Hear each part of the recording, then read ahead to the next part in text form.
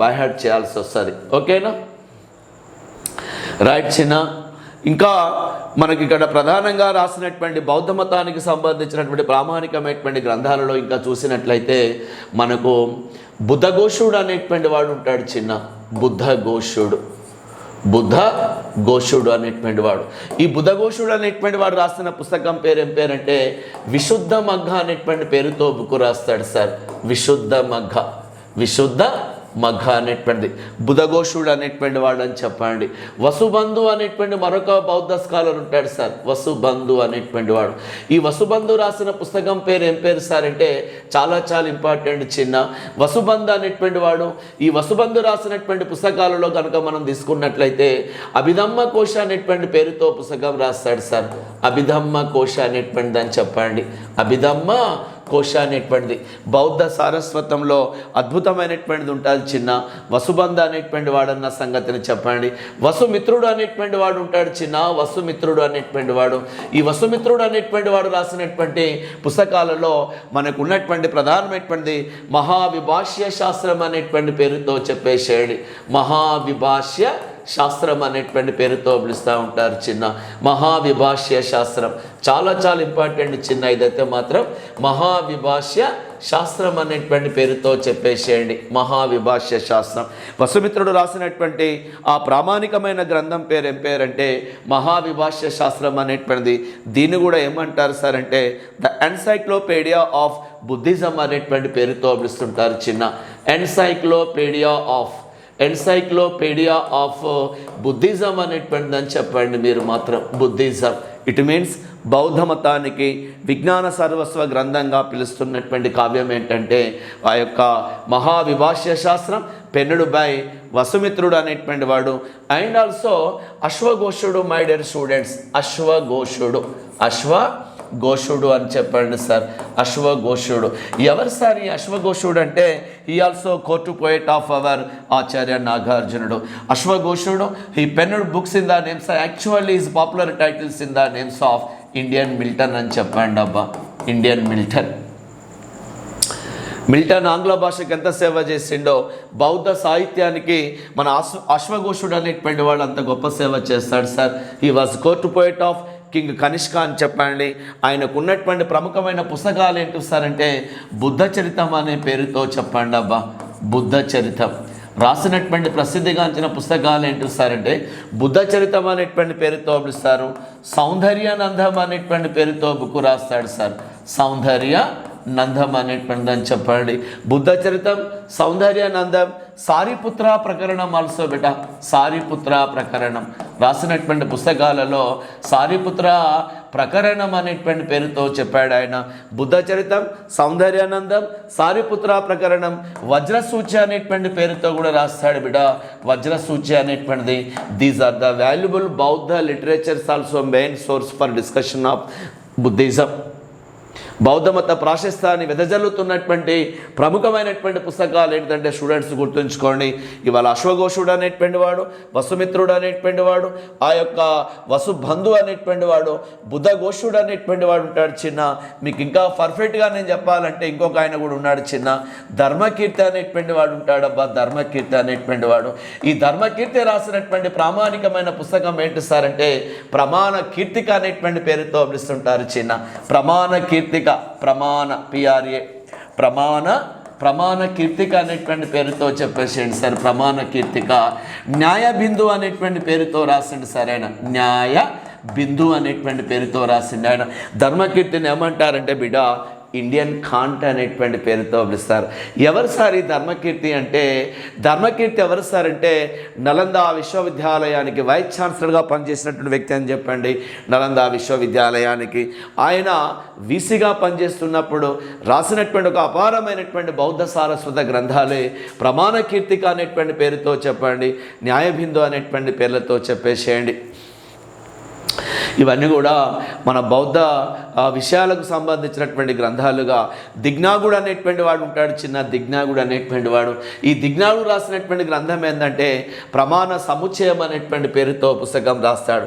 ప్రమాణ కీర్తిక, న్యాయబిందు అనేటువంటి మాత్రం ఈయన రాస్తాడని చెప్పండి. ప్రమాణ కీర్తిక కీర్తిక అనేటువంటిది న్యాయబిందు అనేటువంటి పేర్లతో చెప్పేసేయండి. న్యాయబిందు అనేటువంటిది ఈయనది బిడ్డ.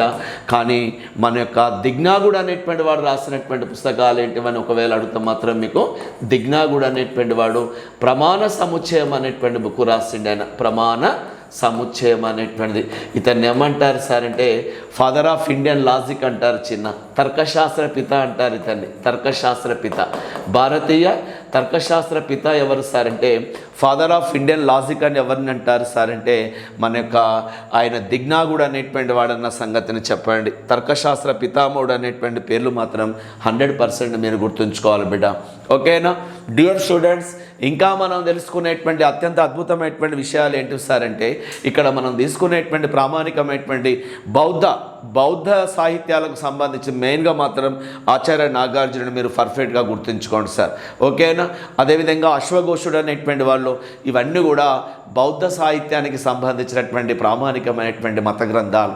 హిందూ మత గ్రంథాలు, జైన మత గ్రంథాలు, బౌద్ధ మత గ్రంథాలు ఇవి మన భారతదేశ గొప్పతనాన్ని చాటుతున్నటువంటివి. ఖచ్చితంగా వీటిని గుర్తుంచుకోండి. ఇవి రాసినటువంటి పండితులను కూడా మీరు 100% బైహార్ట్ చేయాలి. రైట్ మై డియర్ స్టూడెంట్స్, ఈ భారతదేశ చరిత్రకు ఒక మత గ్రంథాలే కాకుండా మతేతర గ్రంథాలు అనేటువంటి కూడా ఉన్నాయి చిన్న. సెక్యులర్ లిటరేచర్స్ అనేటువంటి ఉంటాయి చిన్న. సెక్యులర్ లిటరేచర్ అనేటువంటిది లిటరేచర్ అనేటువంటిది అని చెప్పండి. నాన్ రిలీజియస్ అనేటువంటి పేరుతో కూడా పిలుస్తూ ఉంటారు చిన్న. నాన్ రిలీజియస్ లిటరేచర్ అంటే ఇక్కడ మతేతర గ్రంథాలు అనేటువంటిది ఉన్నాయి చిన్న. ఏ ఒక్క మతానికి సంబంధించకుండా ఇవి రాజ్య యొక్క సంక్షేమం కోసమై రాసినటువంటి పుస్తకాలే నాన్ రిలీజియస్ లిటరేచర్స్ అని చెప్పండి. ఇందులో ప్రధానంగా మీకు కౌటిల్యుడు అనేటువంటి వాడు ఉంటాడు. మీకు చాలా పరిచయం ఉన్నటువంటి వ్యక్తి కౌటిల్యుడు అనేటువంటి వాడు అన్న సంగతిని చెప్పండి. కౌటిల్యుడు, who was Kautilya, what's the greatness of Kautilya and what is the character in our Indian history. So ఇవన్నీ కూడా మనం ఇక్కడ ఖచ్చితంగా మనం ఇన్ఫర్మేషన్ లాగిస్తాం.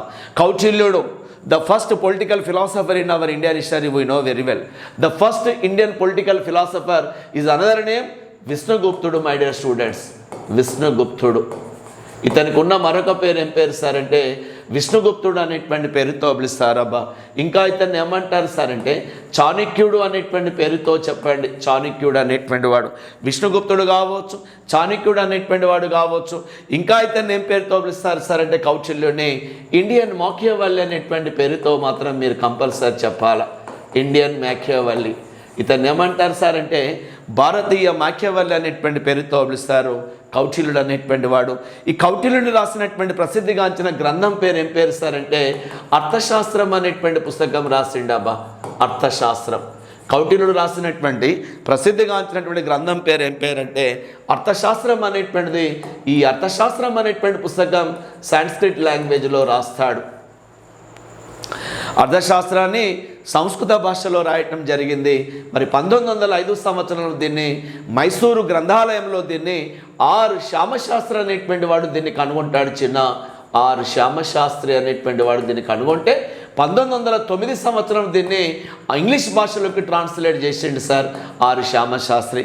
అర్థశాస్త్ర translated into English language by R Shamasastry. My dear students, ఇక్కడ మనం గమనించాల్సినటువంటి విషయం ఏంటంటే సార్ అర్థశాస్త్రం సంస్కృత భాషలో ఉందన్న సంగతిని చెప్పండి. అర్థశాస్త్రం దేనికి సంబంధించి రాసిందంటే the administrative reforms of Mauryans అని చెప్పండి sir. The administrative system of SYSTEM, the administrative system of Mauryas అని చెప్పండి. మౌర్యుల పరిపాలన కాలం నాటి అనేక రకాలైనటువంటి విషయాల గురించి ఆధారమైన కావ్యమే అర్థశాస్త్రం అనేటువంటి సార్. అర్థశాస్త్రంలో 15 పార్ట్స్ అనేటువంటిది రాసిండు బిడ్డ. అర్థశాస్త్రంలో 180 చాప్టర్స్ అనేటువంటిది రాసిండని చెప్పండి. చాప్టర్స్ అనేటువంటిది దాదాపు 15 భాగాలతోటి 180 విభాగాలతోటి చాప్టర్లతోటి రాసినటువంటిదే అర్థశాస్త్రం. All chapters all valuable informations are known described about the administrative reforms of Mauryans అని చెప్పండి సార్. మౌర్యుల పరిపాలనా కాలంలో భారతదేశంలో జరుగుతున్నటువంటి న్యాయ విధానము, పనుల విధానము, దండనీతి, ఆ సంక్షేమ కార్యక్రమాల గురించి రాసినటువంటి మొట్టమొదటి ప్రామాణిక రాజనీతి గ్రంథం ఏంటి సార్ అంటే అర్థశాస్త్రం అన్న సంగతిని మాత్రం మీరు గుర్తుపెట్టుకోండి. సంస్కృత భాషలో రాసిండు ఆయన అర్థశాస్త్రం అనేటువంటి దాన్ని. ఈ గ్రంథంలో కౌటిల్యుడు అనేటువంటి వాడు ఏం రాసిండు సార్ అంటే కౌటిల్యుడు అనేటువంటి వాడు ఈ గ్రంథంలో ట్యాక్సెస్ గురించి రాసిండు అబ్బా. Mainly this book was described about the taxes of Mauryans అని చెప్పండి సార్. ట్యాక్సెస్ ఆఫ్ మౌర్యన్స్, ఓకేనా. మౌర్యుల కాలం నాటి పనుల విధానాన్ని గురించి రాసినటువంటి గ్రంథం ఏంటంటే అర్థశాస్త్రం అనేటువంటిది అని చెప్పండి. ముఖ్యంగా కరప్షన్ గురించి కూడా రాసిందన్న సంగతిని చెప్పండి సార్. కరప్షన్ గురించి మౌర్యుల పరిపాలన కాలంలో అవినీతిని గురించి కూడా రాసింది. చూడండి, నీటిలో తిరిగే చేప నీరు తాగకుండా ఎలా ఉండలేదో ప్రభుత్వ ఉద్యోగి అనేటువంటి వాడు అవినీతికి పాల్పడకుండా ఉండలేడు అనేటువంటి విషయాన్ని ప్రస్తావించాడు. ఎవరు సార్ అంటే ఆయనే మన యొక్క కౌటిల్యుడు తన అర్థశాస్త్రంలో. పుష్పాల నుంచి తుమ్మెదలు తేనెను గ్రోలినట్లు ప్రజల నుంచి వెళ్ళి అధికారులు అనేటువంటి వాళ్ళు పనులను కలెక్ట్ చేస్తూ ఉంటారు. ఇలాంటి ఒక భయంకరమైనటువంటి వాతావరణము ఈ కాలంలో ఉన్నదన్న అంటే మొత్తానికైతే ప్రభుత్వాధికారులు ప్రజలు ఆ యొక్క ట్యాక్సెస్ మీద ఎట్లా చేశారు అనేటువంటి దాంతో పనుల గురించి వివరించాడు, అవినీతి గురించి వివరించాడు.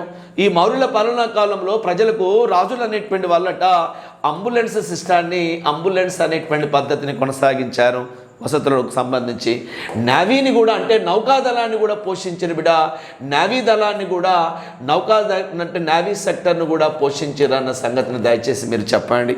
Taxes of Mauryans, corruption, ambulance system, navy system. My dear students, another one more important కౌటిల్యుని అర్థశాస్త్రం described about Saptanga theory. Saptanga theory ఇది మన సివిల్స్ పెట్టినాన డెఫినెట్గా అడుగుతాడు మన కానిస్టేబుల్ ఎస్ఐలో. సప్తాంగ థియరీ అనేటువంటి పేరుతో పిలుస్తారు. సప్తాంగ థియరీ అనేది చెప్పేసండి. అంటే కౌటిల్యుని యొక్క అర్థశాస్త్రంలో సప్తాంగ సిద్ధాంతం అనేటువంటి చెప్తా ఉన్నది. సప్తాంగ సిద్ధాంతంలో ఎన్ని అంగాస్ ఉంటాయంటే 7 ఆర్గాన్స్ అనేటువంటి ఉంటాయి బిడ్డ. 7 అంగాల గురించి చెప్పేటువంటిదే సప్తాంగ సిద్ధాంతం అన్న సంగతిని చెప్పండి. ఆ 7 అంగాలు ఏంటివి సార్ అంటే మాత్రం ఖచ్చితంగా మీరు చెప్పాలబ్బా. ఆ 7 అంగాల గురించి మనం ఖచ్చితంగా ఇక్కడ రాస్తూ ఉన్నాము. వీటిని మీరు బైహార్ట్ చేసేయండి. కౌటిల్యుడు రాసినటువంటి సప్తాంగంలో రాజ్య నిర్వహణ కోసమై 7 అంగాలు అనేటువంటి 7 విభాగాలు అనేటువంటి ఖచ్చితంగా పనిచేస్తూ ఉంటాయి. అందులో ఒకటి ఏంటి సార్ అంటే జనపదం అనేటువంటి పేరుతో పిలుస్తూ ఉంటారు. చిన్న జనపదం అంటే రాజ్యం కావాలా, ఈ భూభాగానికి ఒక రాజ్యం కావాలా. ఈ రాజ్యానికి ఎవరు కావాలా? కింగు కావాలా అంటే రాజు అనేటువంటి వాడు కావాలా. ఈ రాజుకు ఎవరు కావాలా? ఇంకా మినిస్టర్స్ అనేటువంటి వాళ్ళు కావాలా, మంత్రులు అనేటువంటి వాళ్ళు కావాలా బెట. అదేవిధంగా పక్కన ఉన్నటువంటి వాళ్ళు కూడా, తోటోళ్ళు కూడా, మంచి స్నేహితులు కూడా ఉండాలి. కాబట్టి ఫ్రెండ్ అనేటువంటి వాడు కూడా ఇక్కడ ఉండాలి. చిన్న జనపదం కావచ్చు, కింగ్ కావచ్చు, మినిస్టర్ కావచ్చు, ఫ్రెండ్ కావచ్చు, మిత్రుడు అనేటువంటి వాడు ఉండాలా. ఇదంతా నడవాలంటే ఏం కావాలి సార్ అంటే ఫైనాన్స్ కావాలి. మరి మీకు ఫైనాన్స్ కావాలి, ధనం కావాలా, కోశం కావాలా. అదేవిధంగా ఇందులో ఈ రాజ్య రక్షణ కోసం ఏం కావాలా సార్ అంటే దుర్గాస్ అనేటువంటి కావాలా బిడ్డ. దుర్గాస్ అనేటువంటి వాటిని మీరు ఏమంటారంటే ఫోర్ట్స్ అనేటువంటి పేరుతో పిలుస్తారు, కోటలు అనేటువంటి పేరుతో పిలుస్తారని చెప్పండి.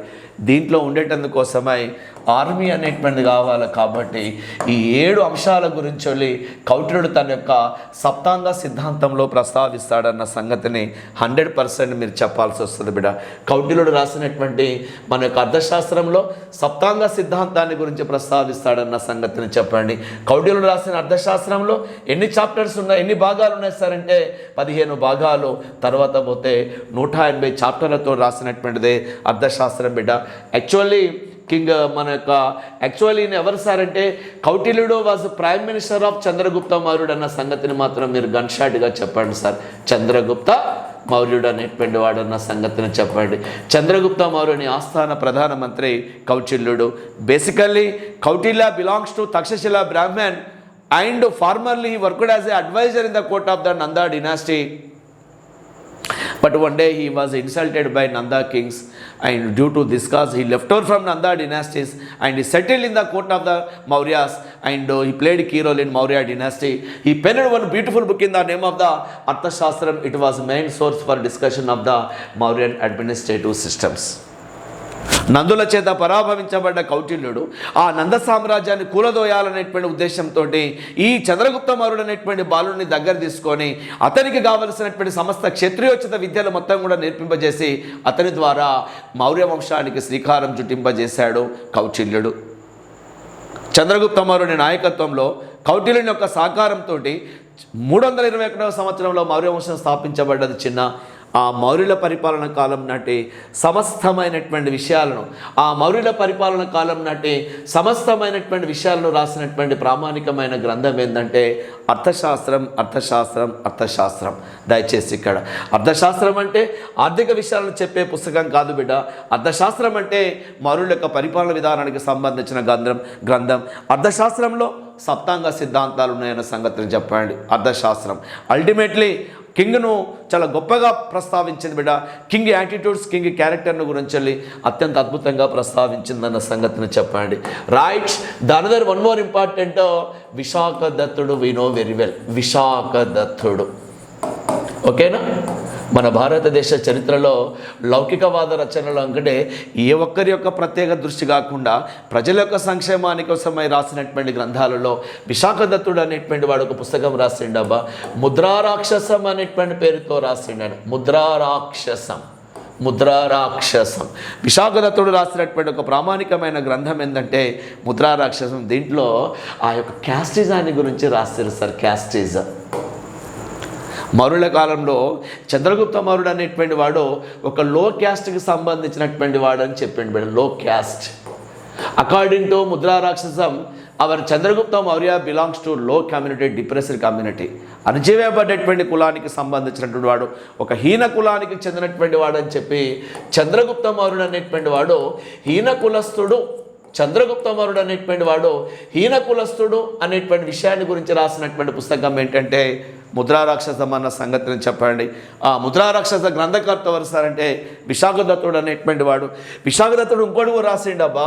దేవీ చంద్రగుప్త నాటకం అనేటువంటిది కూడా రాసిండు. చిన్న దేవీ చంద్రగుప్త నాటకం.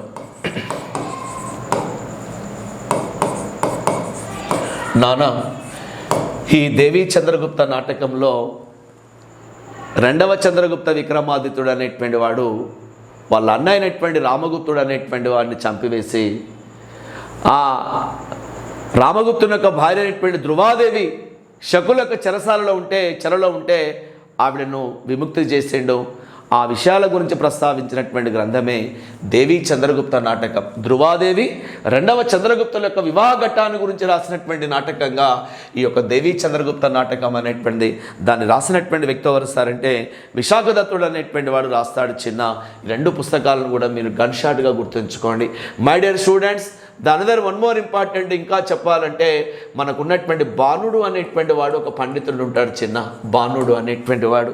ఒరే నాన్న, ఈ బాణుడికి మరొక పేరు ఏం పేరంటే బాణభట్టు అనేటువంటి పేరుతో పిలుస్తారు. ఆ బాణుడు ఎవరు సార్ అంటే ఈ వాజ్ పోయెట్ ఆఫ్ ద హర్షవర్ధనుడు అని చెప్పండి. Poet of Harsha's dynasty. హర్షవర్ధనుడు అని చెప్పండి. ఎవరి ఆస్థాన పండితుడు సార్ బాణుడు అంటే హర్షవర్ధనుని యొక్క ఆస్థాన పండితుడు బాణుడు అనేటువంటి వాడు అని చెప్పండి. ఈ బాణుడు యొక్క రచనలు ఏంటి సార్ అంటే హర్షచరితం అనేటువంటి పేరుతో పిలుస్తారన్న సంగతిని చెప్పండి. హర్షచరితం అనేటువంటి పేరుతో పిలుస్తారు. హర్షచరితం అనే పుస్తకం రాసిండు. సౌందర్యానందం అనేటువంటి పుస్తకం రాసిండు సార్. సౌందర్యానందం. హర్షచరితం